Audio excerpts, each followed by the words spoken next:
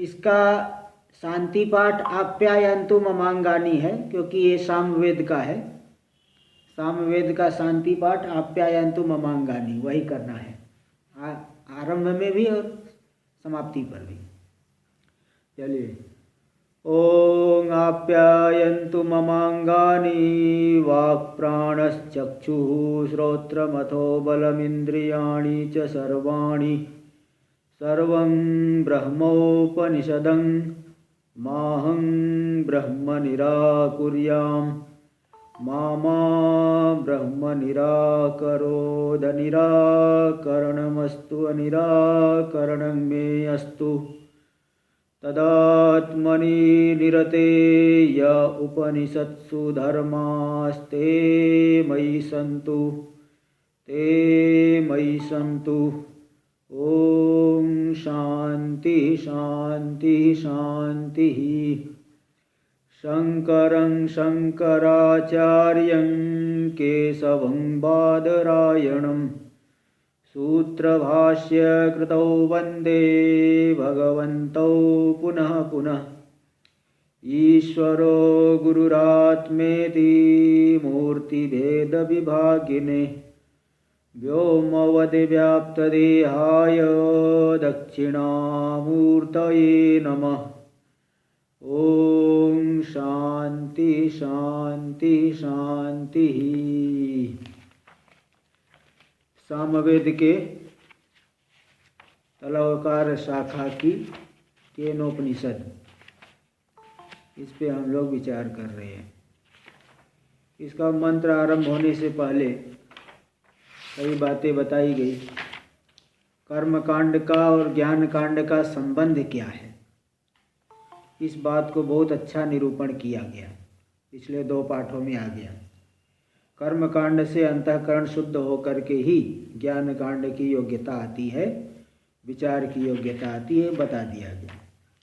फिर इसके बाद वो जो भास्कर मत ईशावास्य में आया था, वहाँ यहाँ भी थोड़ा सा संक्षेप में उसका खंडन करने के लिए देखिए। समुच्चयवादिनो अभिप्रायम शंकते, 1-2 पंक्ति हुआ था, लेकिन इसको फिर से देख लीजिए, यही से नया प्रसंग है। समुच्चयवादिनो अभिप्रायम शंकते, जो समुच्चयवादी है, समुच्चय मानने वाला, ज्ञान कर्म का समुच्चय मानता है, भास्कर, भर्तृप्रपंच आदि जो वृत्तिकार हैं, वृत्तिकार कहते हैं, उनके अभिप्राय को की शंका करते। देखिए भाष्य में पेज नंबर 6 पे चलेगा, पेज नंबर 6 देखिए, लेफ्ट हैंड साइड पे पद भाष्य है, वही पद भाष्य हम लोग विचार कर रहे हैं। वाक्य भाष्य का विचार पूरा पद भाष्य होने के बाद पेज नंबर 6 पे देखना, 6 इस पे, उसकी 3री पंक्ति टीका। समुच्चयवादिनो अभिप्रायम शंकते कर्म सहितादपि। देखिए भाष्य में भी 5वीं पंक्ति है, कर्म सहितादपि ज्ञानादेत सिद्ध्यति चेत। वो क्या कहेगा, कर्म सहित ज्ञान से, यानी ज्ञान और कर्म के समुच्चय से मुक्ति की प्राप्ति होगी। यदि ऐसा कहे तो सिद्धांति कह रहा न, ऐसा मत कहो। इसको देखो टीका में दे रहे हैं, एकाध्यान विधि परिगृहीतत्वात् कर्म कांड ज्ञान कांडयोर एकं फलं वाच्यम। देखिए स्वाध्यायो अध्येतव्य जो बताया गया, अध्ययन इसको कहते हैं अध्ययन विधि। पूरे वेद का अध्ययन विधि के द्वारा विधान किया गया है। स्वाध्याय का अध्ययन करना चाहिए, अपनी शाखा का अध्ययन करना चाहिए। तो भाई जो भी अपनी वेद का अध्ययन करेगा, अपनी शाखा का अध्ययन करेगा, तो उसी हर एक शाखा में कर्म का मंत्र, कर्म संबंधी मंत्र, उपासना संबंधी मंत्र, ज्ञान संबंधी मंत्र आए हैं। तो जब एक ही विधि के द्वारा सभी का विधान किया गया अध्ययन का, तो कर्म कांड और ज्ञान कांड का एक ही फल कहना चाहिए। इसलिए ततः कर्म समुचिताद ज्ञानात्, ज्ञान का अर्थ उपासना नहीं लेना, क्योंकि वो तो सिद्धांति के मत में उपासना कर्म का समुच्चय होता है। पूर्व पक्षी कहता है कि नहीं, ये ज्ञान जो मुख्य ज्ञान, जो ब्रह्म ज्ञान, तो कर्म समुचित ब्रह्म ज्ञान से सनिदान संसार निवृत्ति लक्षणम फलम सिद्ध्यति। निदान यानी कारण, कारण के सहित संसार की निवृत्ति रूपी फल की सिद्धि होगी। संसार का कारण है अज्ञान। भाई जो जीव, कोई भी जीव है, कोई भी प्राणी, 84 लाख योनियों में कोई भी प्राणी है, सबका स्वरूप है सच्चिदानंद, सच्चिदानंद। ये सभी जो है सच्चिदानंद रूप है। लेकिन अनादिकालीन जो अज्ञान है, अज्ञान रूपी आवरण से सच्चिदानंद रूपता व्यक्ति की ढक गई है। प्राणी की जो है सच्चिदानंद रूपता अभिव्यक्त नहीं हो रही। जैसे कोई सामान हो, नीचे दबा हुआ हो, तो उस वस्तु को हम नहीं देख पाते। ऐसे अज्ञान रूपी आवरण से यह चैतन्य आत्मा ढका हुआ है। आत्मा स्वयं प्रकाश है, दीपक प्रकाश रूप है। लेकिन अगर किसी के घड़े के भीतर हो तो उसकी प्रकाश जो है दिखाई नहीं पड़ती। ऐसे आत्मा अज्ञान से ढका हुआ होने की वजह से उसकी सच्चिदानंद रूपता दिख नहीं पा रही, और इसलिए व्यक्ति विषयों में जो है शोभन बुद्धि कर पे बड़ा अच्छा है, इसलिए वो इच्छा होती है, फिर नाना प्रकार की प्रवृत्ति करता है सांसारिक सुख की प्राप्ति के लिए। और वो कर्म करेगा तो नाना योनियों में जाएगा, नाना प्रकार के फल भोग करेगा। पाप कर्म करेगा, नीचे की योनियों में जाएगा। पुण्य कर्म करेगा, स्वर्ग आदि लोक की प्राप्ति करेगा। इसी तरह से अनादिकाल से संसार जो है चलता रहा है। अनादिकाल से कोई जो है ऐसा नहीं कह सकते यहाँ से आरंभ हुआ। तो कर्म समुचित ज्ञान से सनिदान यानी मूल कारण अज्ञान के सहित संसार की निवृत्ति रूपी फल, जिसको हम लोग मुक्ति कहते हैं, वह सिद्ध हो जाएगा। लेकिन कर्म समुचित ज्ञान से सिद्ध होगा, ऐसा वो कहेगा समुच्चयवादी। इति न कर्मसु विरक्तस्य उपनिषद आरंभ। इसलिए भाष्यकार भगवान ने जो ये कहा था कि कर्म में जो विरक्त है उनके लिए उपनिषद का आरंभ किया जाएगा, बोले ये बात गलत है। कर्म और ज्ञान के समुच्चय से मुक्ति मिलती है, तो वैराग्य की बात वहाँ से क्यों कह रहे हो इत्यर्थ। तो सिद्धांती इसका जवाब देगा, इसकी भूमिका दे रहे टीका में नीचे से दूसरी पंक्ति। अध्ययन विधि परिग्रह मात्रेण कर्म कांडस्य न मोक्ष फलत्वम। अध्ययन विधि के परिग्रह मात्र से कर्मकांड मुक्ति फलक नहीं कह सकते। कर्मकांड का मोक्ष फल है ऐसा नहीं कह सकते।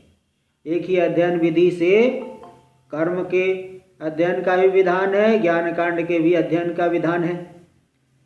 तो ऐसा होने पर भी वो जो है कर्मकांड का फल मोक्ष नहीं कह सकते। एक ही घर में रहने पर भी कोई व्यक्ति जो है वैराग्यवान होता है, कोई व्यक्ति बहुत आसक्त होता है, ऐसा कैसे हो जाता है? तो इसलिए एक जगह रहने मात्र से सबका स्वभाव एक जैसा ही है ऐसा नहीं कह सकते। एक महापुरुष जी बताया करते थे, बोले भाई देखो आश्रम में, जैसे आश्रम है महात्माओं के, आश्रम में भी हर प्रकार के लोग हैं। सभी का लक्ष्य परमात्मा की प्राप्ति नहीं है। अब कोई नौकर है तो नौकर थोड़ी जो है वो साधना के लिए रह रहा है, उसको तो भाई महीने पे पैसा चाहिए। कोई अन्य व्यक्ति है सेवा करने के लिए आता है, उसकी अन्य में रुचि नहीं है, श्रवण आदि में। कोई ऐसा है कि जो शिव जी की पूजा के लिए आता है, और कोई ऐसा है कि वेदांत श्रवण के लिए आता है। इसलिए एक ही आश्रम में हर एक प्रकार के लोग मिल जाएंगे। इसी प्रकार एक ही अध्ययन विधि के से परिग्रह मात्र से ज्ञान का फल मोक्ष है तो कर्मकांड का भी फल मोक्ष है, ऐसा नहीं कह सकते। न मोक्ष फलत्वं कल्पयितुम शक्यम, क्यों फलांतरावगम विरोधाद। क्योंकि अन्य फल का ज्ञान होता, अन्य फल का कथन शास्त्र में कहा गया है कर्म का, उसके साथ विरोध आएगा।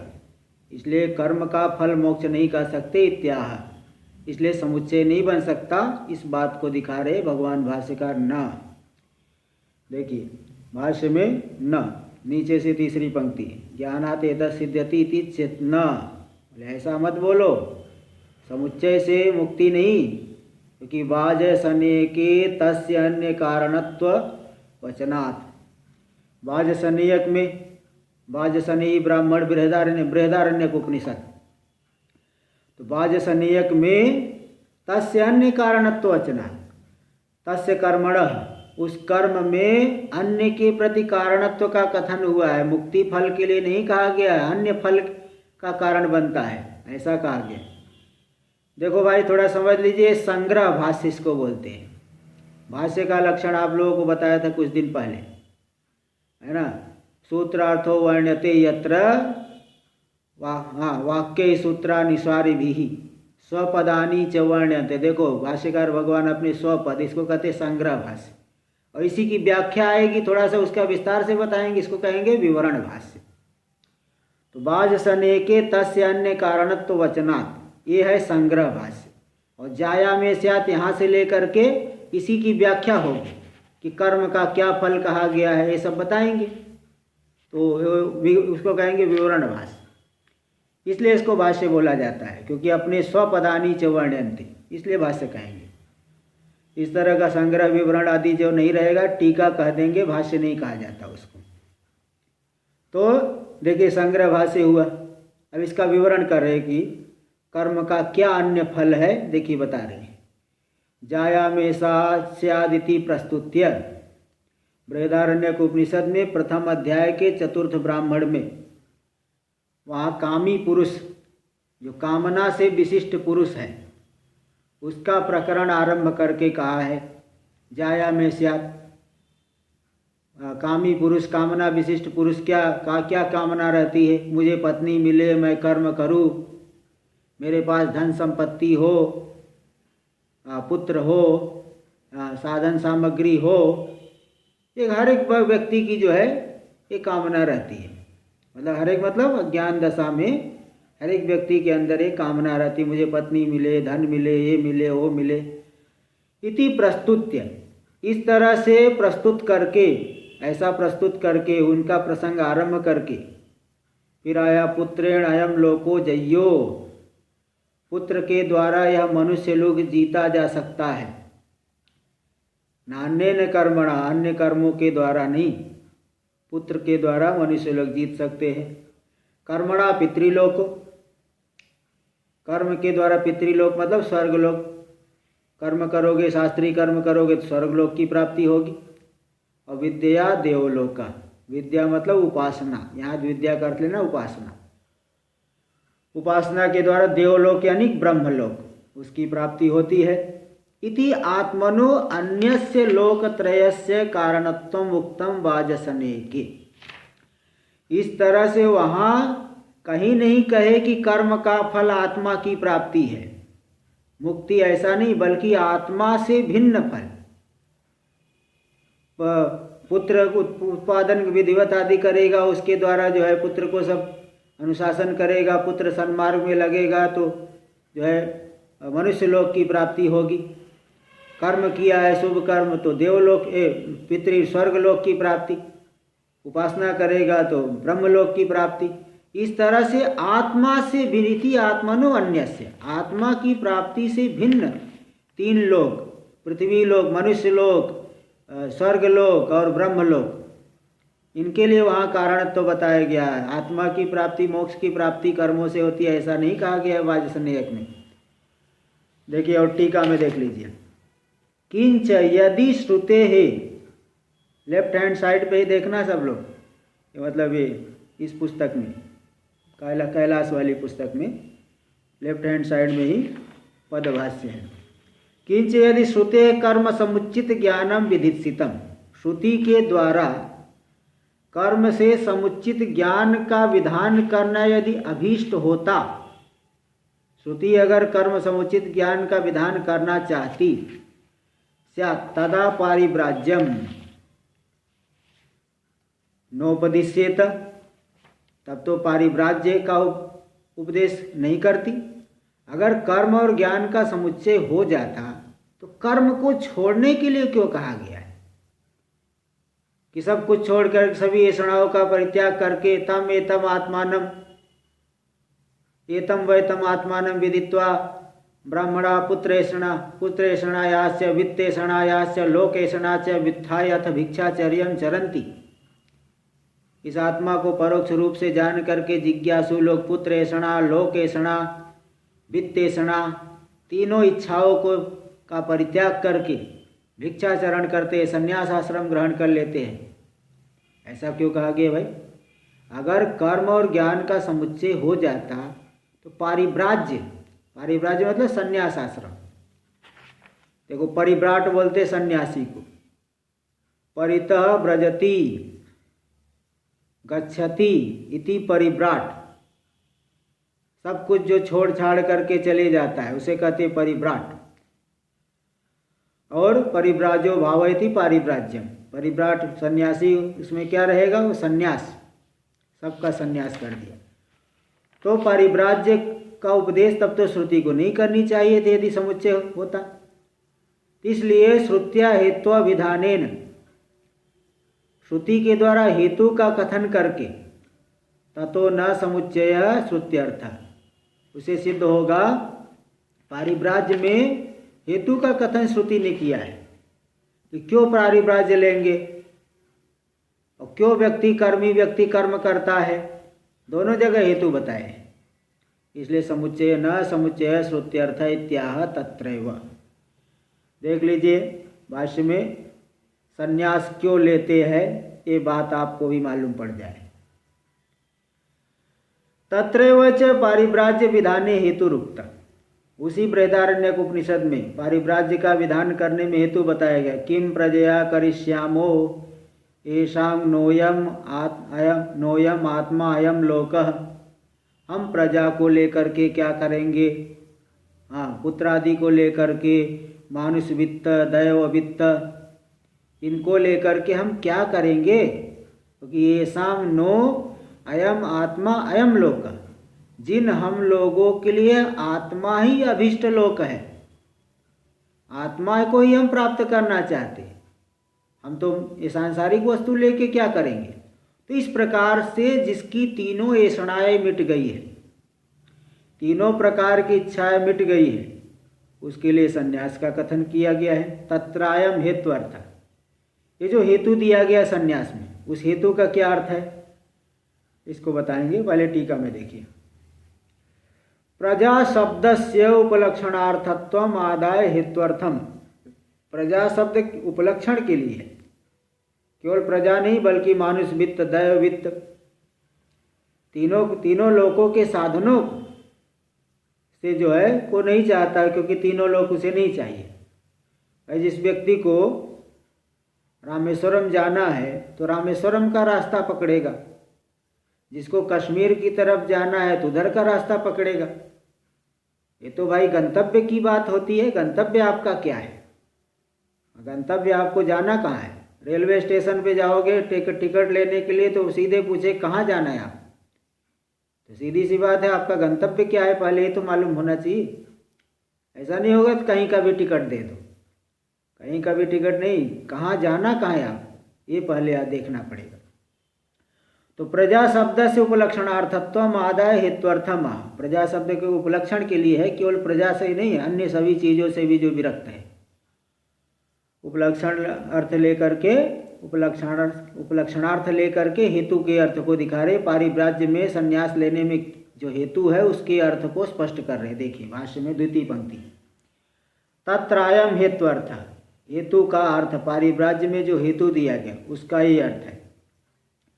प्रजा कर्म तत्संयुक्त विद्याभिर मनुष्य पितृ देवलोक त्रय साधने अनात्मलोक प्रतिपत्ति कारणे किम करिष्यामो। देखो प्रजा किसकी प्राप्ति का साधन है? मनुष्य लोक की प्राप्ति का साधन है। कर्म तत्संयुक्त विद्या भी, कर्म किसकी प्राप्ति का साधन है? शास्त्रीय कर्म करेगा स्वर्गलोक जाएगा। और तत्संयुक्त विद्या भी, कर्म से संयुक्त जो उपासना है उसके द्वारा किस लोक की प्राप्ति करेगा? देवलोक यानी ब्रह्मलोक। तो प्रजा कर्म तत्संयुक्त विद्याभिर मनुष्य पितृ देवलोकत्रय साधने, मनुष्य लोक, पितृलोक और देवलोक, इन तीनों के साधन है क्रम से। मनुष्य लोक की प्राप्ति का साधन हो गए प्रजा, पुत्र आदि विधिवत उत्पादन करके विधिवत गृहस्थ आश्रम में रहेगा तो कम से कम मनुष्य तो बनेगा। विधिवत रहा, ये नहीं मनमाने ढंग से नहीं रहा, पाप कर्म करेगा तो नीचे जाएगा। पुत्र का भी विशेष अनुशासन करना पड़ता है, वो सब बृहदारण्यक आदि में आएगा, उसको सन्मार्ग में लगाना पड़ता है।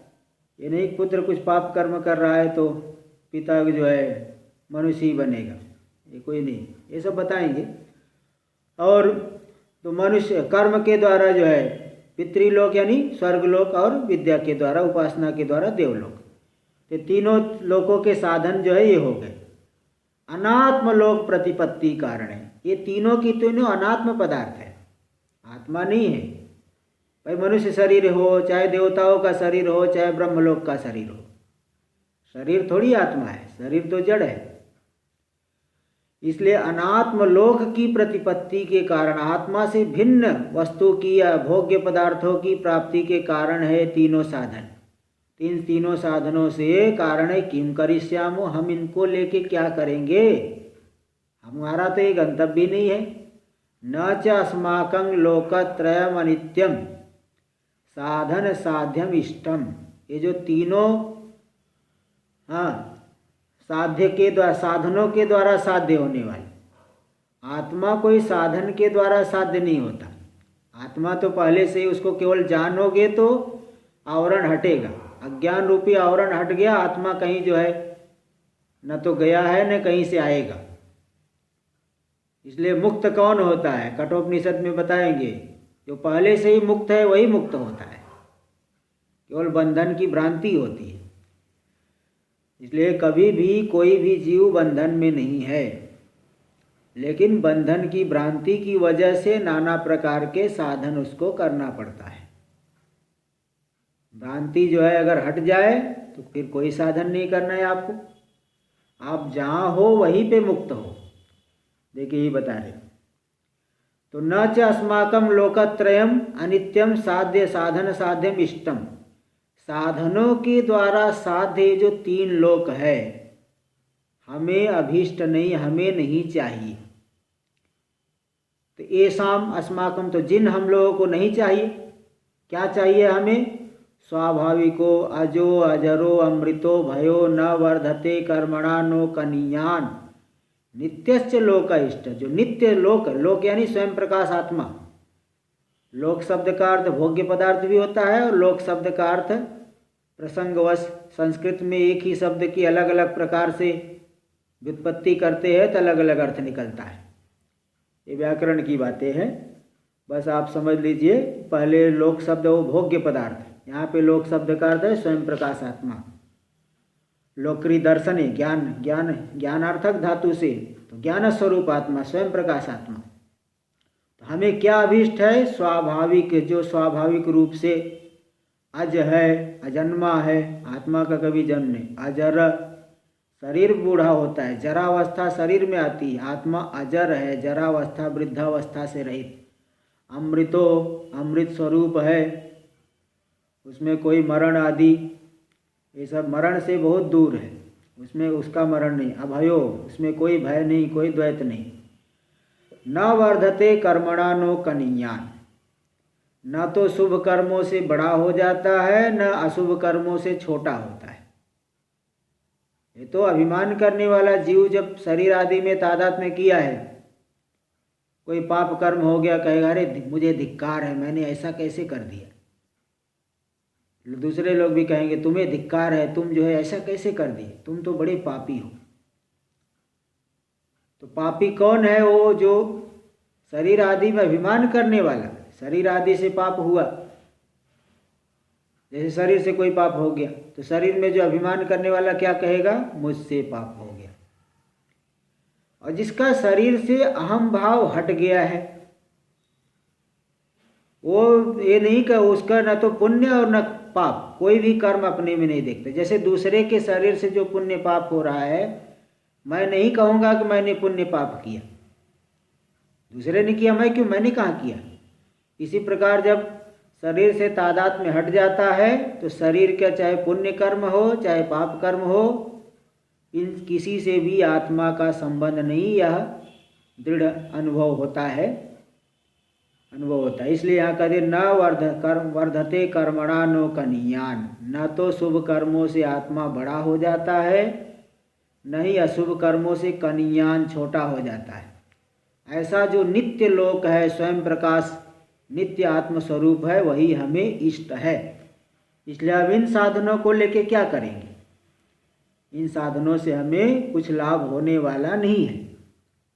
टीका में देख लीजिए, किं करिष्यामो, क्या करेंगे हम इन साधनों को लेके, न किमपि, हम कुछ नहीं, क्योंकि आत्म कामत्वात्, हम तो आत्मा को चाहने वाले हैं, हमें तो आत्मा ही चाहिए। एवं इति शेषा तत्फलम भुक्त्वा क्रमेण मोक्ष संभवात् किमिति प्रत्याशु अनादर। यहाँ वो पूर्व पक्षी शंका कर रहा है कि सांसारिक भोगों को भोग करके क्रम से मुक्ति मिल जाएगी, प्रजा आदि में अनादर क्यों कर रहा है। प्रजा आदि भी विषय भोग भी करे, क्रम से जो है इन विषय भोग, इन फलों को भोग करके मुक्ति मिल जाएगी बाद में। तो इसलिए प्रजा आदि में अनादर क्यों है व्यक्ति को, मुमुक्षु को, साधक को। इत्याशंक्य सिद्धांति कह रहा है कि बता दिया, ऊपर आ गया, हम लोग चतुर्थ पंक्ति में देख लिए कि जो जिसके अंदर दृढ़ वैराग्य है वो ये नहीं कहेगा कि मुझे ये चाहिए, वो तुरंत जो है आत्मा को ही जानना चाहता है। इसमें उदाहरण दिए कि अभी वेदांत सार में भी जो आया था, जिस व्यक्ति को जोर की भूख लगी हो, अब उसे कह दो कि थोड़ा झाड़ू लगा दो अथवा ये कर दो, बोले नहीं भाई पहले भोजन, तो उस व्यक्ति को दूसरा कोई कार्य रुचिकर नहीं लगेगा। तीव्र जिसके अंदर बुभुक्षा है, भोजन करने की इच्छा है, उसे दूसरा कोई कार्य रुचिकर नहीं लगेगा और भोजन में विलंब को भी नहीं सहेगा।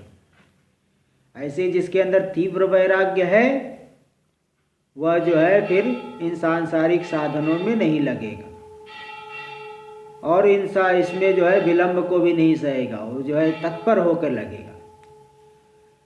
तो इस तरह से देखो यहाँ बता दिए।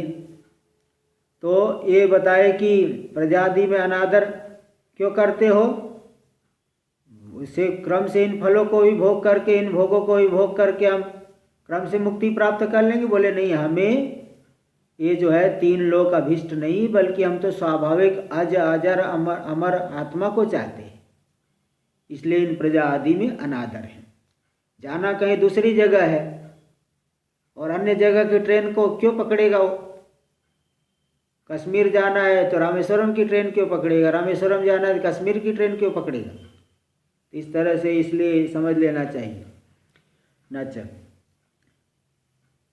भाष्य टीका में देखिए, टीका में आगे, इष्टोपि आत्मलोक कर्मणा विना न लभ्यते फलत्वात् मोक्षस्य अन्यथा स्वभाव मुक्तत्वे बंध मोक्षावस्थेर अविशेषापातात।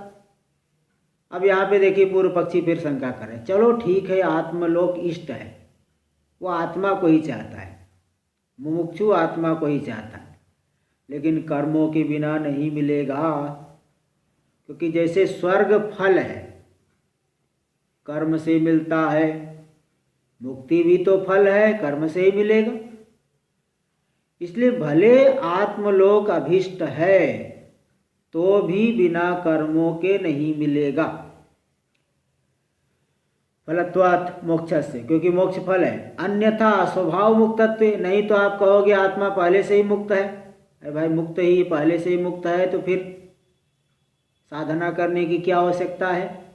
बंध मोक्षावस्था और अविशेषापातात, बंधन अवस्था और मुक्ति अवस्था दोनों में कोई अंतर ही नहीं रहेगा, समान हो गए तब तो।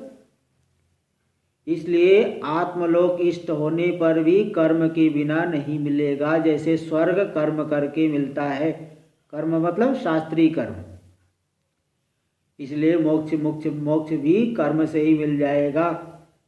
इत्याशंक्या ऐसी अगर किसी को आशंका है, ऐसी भ्रांति किसी को है, तो उस भ्रांति को दूर कर लेना चाहिए। देखो यहाँ बता रहे सच नित्यत्वात्, ये जो मोक्ष है वो नित्य है। नित्य होने पर भी पहले बता दिया अज्ञान से ढका हुआ है। कोई चीज़ आपके पास हो, बिस्तर के नीचे दबी हो, तो ढूंढने से नहीं मिलती है, और वो जो है उधर दृष्टि चली गई तो आपको मिल गई। ये आत्मा जो है नित्य है, मुक्ति जो है नित्य है, आत्मा सच्चिदानंद वो नित्य ही है। इसलिए न अविद्या निवृत्ति व्यतिरेकेण अन्य साधन निष्पाद्य, अविद्या की निवृत्ति को छोड़ करके दूसरे किसी साधन से उसका अनुभव नहीं हो सकता। अविद्या को हटाना पड़ेगा। उदाहरण देते, सर्प में जो है रस्सी में सर्प की भ्रांति होगी, उस भ्रांति को दूर करने के लिए क्या माला लेके बैठोगे, अथवा व्यायाम करोगे या गंगा स्नान करोगे? तो माला लेके बैठो, व्यायाम करो, गंगा स्नान करो, इन किसी भी साधनों से सर्प की भ्रांति नहीं हटेगी। वहाँ जाके आपको परीक्षण करना पड़ेगा, देखना पड़ेगा वास्तव में है कि नहीं। तो इसी प्रकार यहाँ पे अज्ञान अविद्या निवृत्ति को छोड़ करके दूसरा कोई आत्मानुभव का साधन नहीं है। इसलिए तस्मात्, इसीलिए प्रत्यगात्म ब्रह्म विज्ञान पूर्वकः, जो प्रत्यगात्म है सर्वांतर आत्मा, सभी के अंदर जो आत्मा है, उस प्रत्यगात्म रूपी जो ब्रह्म, उस ब्रह्म विज्ञान पूर्वक ब्रह्म को परोक्ष रूप से जान करके कोई भी व्यक्ति साधना में लगे तो कम से कम थोड़ा सुन के तो रखा है। इंजीनियरिंग के लिए पढ़ाई करेगा तो पहले से तो सुन के रखा है कि इंजीनियर बनेंगे तो हमको ये मिलेगा। इस तरह से इसी प्रकार परोक्ष रूप से आत्मा को जान करके उस आत्मा का अनुभव करने के लिए सर्वैषणा संन्यास एवं कर्तव्य, सभी ऐषणाओं का संन्यास करके, सभी इच्छाओं का परित्याग करके विचार करना पड़ेगा।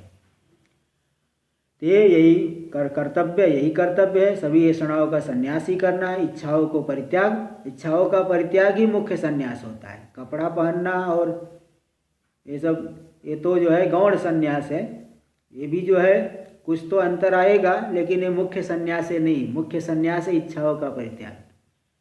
संन्यास ले लिया और नाना प्रकार की इच्छा रखता हो तो वास्तव में वो सन्यासी नाम मात्र का है। मुख्य संन्यास इच्छाओं का परित्याग है। टीका में देखिए, कर्म मोक्षे कार्यस्य उत्पाद्यादेर असंभवात्, कर्मजन्य अगर मोक्ष मानेंगे तो उस मोक्ष में जो उत्पाद्य आदि कार्य है, क्रिया का फल है, ईशावास्योपनिषद में भी बताया गया कि क्रिया का फल 4 प्रकार का होता है। उत्पाद्य, आप्य, विकार्य, संस्कार्य, ये 4 ही प्रकार क्रिया का फल होता है। कर्म करके 4 प्रकार के ही फल आप प्राप्त कर सकते हो। उत्पाद्य, किसी की तो उत्पत्ति करे, जैसे मिट्टी लाके घड़ा बनाते हैं, घट हो गया उत्पाद्य। तो उत्पत्ति, उसकी उत्पत्ति होती है, उसको उत्पन्न करेंगे। पहले नहीं था, बन गया। तंतु जोड़ करके पट बनता है, कपड़ा बनता है। मील आदि में जो कपड़ा बनाते तंतु आदि जोड़ करके रुई आदि से बनता है, वो हो गया उत्पाद्य। दूसरा होता है आप्य, कोई वस्तु पहले से ही है, क्रिया के द्वारा आप उसे पाओ। स्वर्ग पहले से है, क्रिया के द्वारा उसकी प्राप्ति होगी। कर्म किए, याग आदि किए तो आप स्वर्ग पहुंच जाओगे। गंगा जल है, उसको बर्तन में भर के लाओ। गाय के स्तन में दूध है, उसको दोहन क्रिया के द्वारा निकालोगे। ते जो है इसको कहते आप्य, वो वस्तु पहले से है, आपको क्रिया के द्वारा उसकी प्राप्ति करनी है। तीसरा होता है विकार्य, विकार करोगे, दूध से दही बन जाता है ना, ये सब विकार्य होता है, विकृत हो गया। और चौथा होता है संस्कार्य, कपड़ा जो है धुलाई, कपड़ा धो दिए, उससे गंदगी निकल गई, इसी प्रकार अपवित्र पवित्रो वा, ये सब जो मंत्र बोल करके शरीर शुद्धि हो जाए, संस्कार, स्नान आदि करते ही भी संस्कार, तो संस्कार हो गया शरीर, क्योंकि शरीर को स्नान आदि करके करेंगे तो थोड़ा जो है साफ रहेगा, तभी व्यवहार का, नहीं तो बीमार हो जाओगे। तो कर्म का कार्य 4 प्रकार का है। उत्पाद्य आप्य विकार्य संस्कार। आत्मा की उत्पत्ति नहीं कर सकते क्योंकि पहले से ही है। फिर वो बोले आत्मा को प्राप्त करेंगे। अरे कहीं कोई दूर बैठा हुआ है क्या कि आत्मा को प्राप्त करोगे?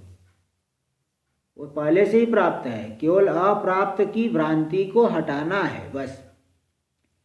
इसलिए आप भी नहीं। विकार्य, विकार थोड़ी, हो तो वो निर्विकार है, विकार नहीं कर सकते। संस्कार, सबसे ज़्यादा शुद्ध वही है, क्या संस्कार करोगे? सबसे ज़्यादा शुद्ध जो हो उसका कौन संस्कार कर सकता है? कोई नहीं। इसलिए चारों प्रकार के कर्म का कार्य उस आत्मा में संभव नहीं होने से कर्म से मुक्ति नहीं मिलेगी। इसलिए सम्यक ज्ञानात् अविद्या निवृत्त्या फल प्रसिद्ध्युपपत्तिः। सम्यक ज्ञान से, यानी आत्मज्ञान से, आत्मा के यथार्थ ज्ञान से अविद्या की निवृत्ति हो करके फल की प्रसिद्धि हो गई। अविद्या निवृत्ति से उपलक्षित मोक्ष, मोक्ष में फल व्यवहार हो जाता है। वास्तव में फल नहीं, गौण फल, गौण रूप से फल कह देते हैं। अप्राप्त की प्राप्ति ही प्राप्ति है, किंतु अप्राप्त जैसा लग रहा था इसलिए कह देते हैं मिल गया, आत्मा की प्राप्ति कर लिया, ज्ञानी ने आत्मा की प्राप्ति कर ली। आत्मा पहले से ही प्राप्त है, आपको भी नहीं प्राप्त है ऐसी बात, आपको भी प्राप्त है। केवल अप्राप्त की जो दृढ़ भ्रांति है कि कहीं वो शुद्ध बैठा हुआ है, हम अलग है, जितना ज़्यादा तादाद में मैं कहते शरीर बुद्धि हो रही, तो ये सबको हटाने के लिए, अध्यारोप को मिटाने के लिए फिर विचार करना पड़ता है। इसलिए अविद्या निवृत्त्या फल प्रसिद्ध्युपपत्तिर् न कर्म कार्यो मोक्ष। इसलिए मोक्ष कर्म का कार्य नहीं, कर्म से नहीं मिलने वाला है, ज्ञान से मिलेगा। कर्म से तो अंतःकरण शुद्ध होता है। ब्रह्म ज्ञान से अनुभवावसानता सिद्धये परोक्ष निश्चय पूर्वक संन्यास कर्तव्य। ब्रह्म ज्ञान को अनुभव पर्यंत लाने के लिए परोक्ष निश्चय पूर्वक संन्यास करना पड़ेगा, सब कुछ परित्याग करना पड़ेगा। अब ये है कि किसकी कितनी योग्यता है। अभी जो है सब कुछ छोड़ने की योग्यता नहीं है, तो थोड़ा विचार करते रहने से आपके अंदर भी दृढ़ वैराग्य होगा। तो मतलब मार्ग तो यही है, इस मार्ग में आना ही पड़ेगा, मतलब ऐषणाओं का परित्याग करना ही पड़ेगा। तो ब्रह्म ज्ञान को अनुभव पर्यंत, अनुभवावसानता सिद्ध है, परोक्ष निश्चय पूर्वक संन्यास कर्म कर्तव्य। 7 नंबर टिप्पणी में दे दिए, संन्यास मतलब कर्म त्याग इति यावत्, कर्म त्याग करना ही पड़ेगा। इसलिए एक बार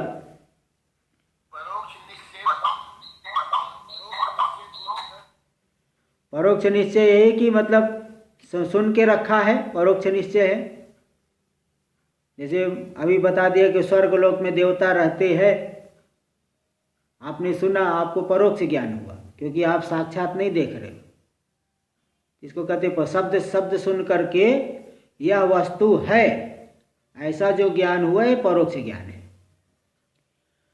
तो परोक्ष रूप से सुन के रखे, एक शुद्ध आत्मा नित्य शुद्ध बुद्ध मुक्त है, तो परोक्ष निश्चय पूर्वक फिर संन्यास जो है अस्ति है, ऐसा केवल सुन लिया है, विश्वास ही नहीं हो रहा, तो उसको परोक्ष निश्चय नहीं कहेंगे। नहीं तो ऐसे तो सभी लोग संन्यास ले ले, सभी लोग जो है वैसे ऐषणाओं को ते कर्म क्या त्याग कर दे, लेकिन ऐसा होता नहीं। इसलिए जब ये हो जाए कि है ऐसा, दृढ़ निश्चय हो जाए है, वो परोक्ष निश्चय है। अब उसको अनुभव में लाने के लिए फिर साधना करेगा तो अपरोक्ष निश्चय, विचार करेंगे तो अपरोक्ष निश्चय। तो परोक्ष निश्चय पूर्वक संन्यास करना चाहिए। सिद्धे चानुभवावसाने। हाँ जी बोलिए। दृष्टांत दे रहे थे, शुक्ला जी का प्रश्न आ गया, कुछ बोल रहे थे, उत्तर तो दे रहे थे। हाँ क्या बोल रहा पता नहीं।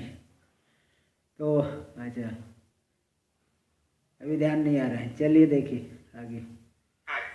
सिद्धे चानुभवावसाने ब्रह्मात्म ज्ञाने, अनुभव पर्यंत ब्रह्मात्म ज्ञान, जीव की ब्रह्म रूपता का ज्ञान जब सिद्ध हो गया, सिद्ध मतलब निश्चित हो गया, सिद्ध का अर्थ है निश्चय, निश्चित हो गया, सिद्धि यानी निश्चय, आत्मा की सिद्धि, सिद्धि मतलब निश्चय।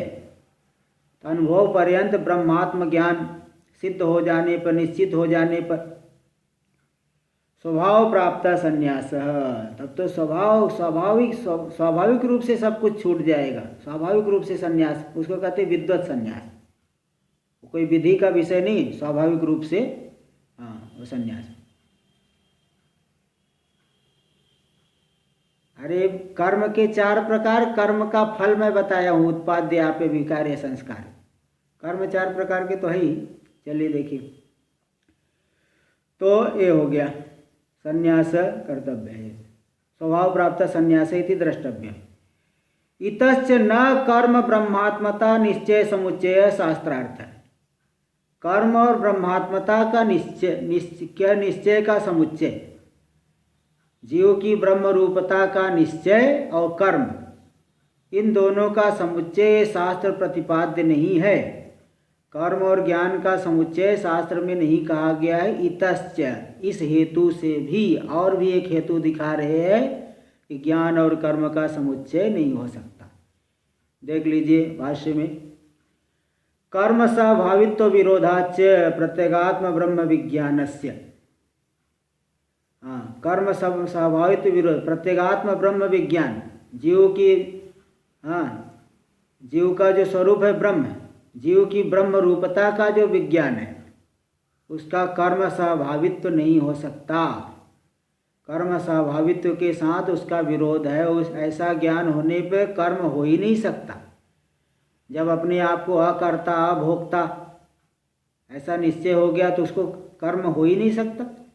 इसलिए ज्ञान, ब्रह्मात्म ज्ञान, जीव की ब्रह्म रूपता का ज्ञान और कर्म का स्वभाव यानी समुच्चय बन नहीं सकता। देखो ये भी संग्रह भाष्य है, आगे विवरण दे रहे। तो नहीं उपात्त कारक फल भेद विज्ञानेन कर्मणा प्रत्यस्तमित सर्वभेद दर्शनस्य प्रत्यगात्म ब्रह्म विषयस्य सहभावित्वम उपपद्यते। उपात्त कारक फल भेद विज्ञानी,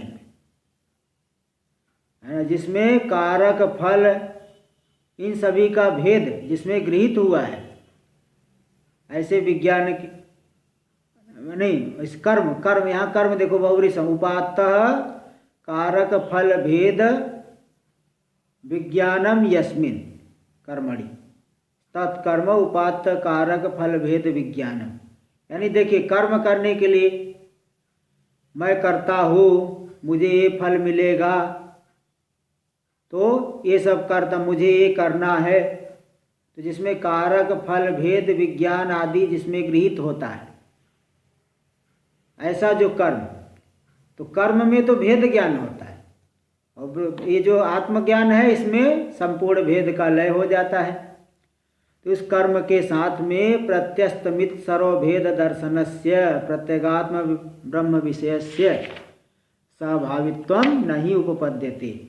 प्रत्यस्तमित सर्वभेद दर्शन, जिसमें संपूर्ण भेद दर्शन मिट गया है, जिसके द्वारा प्रत्यस्तमितम सर्वभेद दर्शनम येन ब्रह्म ज्ञाने, जिस ब्रह्म ज्ञान के द्वारा संपूर्ण भेद दर्शन ही मिट गया, भेद का ज्ञान ही मिट गया, ऐसे प्रत्यगात्म ब्रह्म विषयस्य, प्रत्यगात्म ब्रह्म विषयक जो ज्ञान है ब्रह्म ज्ञान, उसका भेद विज्ञान वाले कर्म के साथ सहभाव हो नहीं सकता। एक में भेद ज्ञान अत्यंत आवश्यक है और दूसरे में भेद ज्ञान ही मिट जाता है। तो बताओ दोनों का समुच्चय कैसे हो सकता है? कभी नहीं समुच्चय हो सकता। इसलिए सहभावित्व नहीं उपपद्यते, दोनों का सहभावित्व समुच्चय कभी संभव नहीं है। टीका में देख लीजिए, ननु कर्मवद ब्रह्म ज्ञान से विदितो अनुष्ठेयत्वात्, कर्म के समान जो ब्रह्म ज्ञान है वह विधि से अनुष्ठेय है ना। देखो 9 नंबर टिप्पणी, वैदिकत्वा विशेषा, जैसे कर्म का वेद में प्रतिपादन किया गया है, ब्रह्म ज्ञान का भी वेद में प्रतिपादन किया गया है, तो इसलिए विधि से कर्म का अनुष्ठान किया जा रहा है, तो विधि से ब्रह्म ज्ञान का भी अनुष्ठान होगा। अब जो विधि होती है उसके लिए जो है अधिकारी आदि की आवश्यकता होती है। विधि का विषय क्या है, अधिकारी क्या है, फल क्या है, ये सब आवश्यक होता है। वही कह रहे ननु कर्मवद ब्रह्म ज्ञान से विदितो अनुष्ठेयत्वात्, कर्म के समान ब्रह्म ज्ञान भी विधि से अनुष्ठेय है। कर्म का भी विधान हुआ है, ब्रह्म ज्ञान का भी विधान हुआ है, दोनों वेद में आए हैं। और विधेश से विनियोज्यादि भेदापेक्षितत्वात्, विधि जो है विनियोज्य अधिकारी, विधि के द्वारा जो नियुक्त किया जाएगा, भाई तुम ये करो, तुम याग करो, तुम साधन वेदांत साधन श्रवण आदि करो, तो जो लगाया जा रहा है उसमें उसको कहते विनियोज्य। तो विधि जो है विनियोज्य आदि भेद की अपेक्षा रखेगी। विधि का विषय क्या है, अधिकारी क्या है, फल क्या है। तो भेदापेक्षितत्वात् कथम सर्वभेद दर्शन प्रत्यस्तमया उच्यते ब्रह्म ज्ञाने, तो ब्रह्म ज्ञान में ब्रह्म ज्ञाने सती, तो ब्रह्म ज्ञान होने पर संपूर्ण भेद दर्शन का लय हो जाता है, ऐसे कैसे कहोगे? यहाँ तो भेद रहेगा, अधिकारी अलग है, हाँ उसका फल अलग है, ये सब रहता है भेद। इत्याशंका, ऐसी आशंका अगर किसी को है, उस आशंका का उत्थापन करके, पूर्व पक्षी की आशंका को उत्थापन करके समाधान दे रहे हैं कि नहीं ऐसी बात नहीं। वस्तु प्राधान्य सती, भाष्य में देखिए पेज नंबर 10 वस्तु प्राधान्य सती अपुरुष तंत्रत्वात् ब्रह्म विज्ञानस्य। देखिए कई चीजें होती है कर्तृतंत्र होती है, जैसे क्रिया है, कर्म है अथवा उपासना, वो कर्तृतंत्र है। आप कर भी सकते हो, नहीं भी कर सकते हो, अन्य प्रकार से भी कर सकते हो। कहीं आपको जाना है, जा भी सकते हो, नहीं भी जा सकते हो, भिन्न मार्ग से जा सकते हो। तो जो क्रिया होती है, उपासना होती है, कर्तुम अकर्तुम अन्यथा कर्तुम शक्य है। कर भी सकते हो, नहीं भी कर सकते हो, अन्य प्रकार से कर सकते हो। तो वही बताएं, देखिए वह तो, किंतु जो ज्ञान होता है वह कर भी सकते हो, नहीं भी कर सकते, अन्य प्रकार से कर सकते हो, ऐसा नहीं। ज्ञान सामने वस्तु है, आपके पास प्रमाण है तो आपको ज्ञान होगा। सामने कोई वस्तु रखी है, मान लिया सामने आपके कमरे के सामने वृक्ष है, आप जो है उधर देख रहे हैं, आँख खुली है, तो आपको भी वृक्ष का ज्ञान होगा। जो वस्तु सामने उसका ज्ञान होगा। आप कितना भी चाहो मेरी आँख खुली रहे, मुझे ज्ञान न हो, तो भी ज्ञान होगा। तो ज्ञान में जो है ये विधान नहीं होता, ज्ञान का विधान नहीं, ज्ञान के साधनों का विधान होता है। आत्मा वारे द्रष्टव्य, श्रोतव्यो, मंतव्यो, निधिध्यासितव्य। आत्मा का दर्शन करना चाहिए, श्रवण करना चाहिए, मनन करना चाहिए, निधिध्यासन करना चाहिए। तो ज्ञान का विधान नहीं वहाँ पे। ज्ञान है, आपके पास प्रमाण है तो ज्ञान है। आपके सामने कोई चीज है, वस्तु है, आपकी आँख खुली है, चक्षु का संयोग होगा, आपको ज्ञान जरूर होगा। ज्ञान तो प्रमाण से, प्रमाण होना चाहिए, वस्तु होनी चाहिए, बस आपको एकाग्र होना है। हाँ जी बोलिए बोलिए। स्वामी जी निधिध्यासन से क्या तात्पर्य आपका? निधिध्यासन से क्या तात्पर्य है स्वामी जी आपका? निधिध्यासन अब बताएंगे सब। श्रवण मनन निधिध्यासन 3 साधन है। श्रवण मतलब शास्त्र के तात्पर्य का निश्चय करना। मनन यानी मालूम पड़ गया कि सब एक ही ब्रह्म है, एक अद्वितीय ब्रह्म है, तो भी प्रत्यक्ष प्रमाणों से विरोध होगा, तो मनन करके उसको परिहार करते हैं। और निधिध्यासन मतलब श्रवण मनन के द्वारा जिस तत्व को निश्चय कर ले उसी में मन को बार बार लगाना, तभी वो जीवन में उतरेगा। तो निधिध्यासन ये सब बताएंगे। धन्यवाद। बार बार ध्यान जैसे ध्यान होता है ना, बार बार ध्यान करना, तो निधि ध्यासन वो आएगा। धन्यवाद। चलिए देखिए हाँ, आगे देखिए। तो वस्तु प्राधान्य सति अपुरुष तंत्रत्वाद ब्रह्म ज्ञान से, जो ब्रह्म ज्ञान है वस्तु की प्रधानता वाला है ना। वस्तु सामने है, वस्तु है, आत्म वस्तु तो है ही।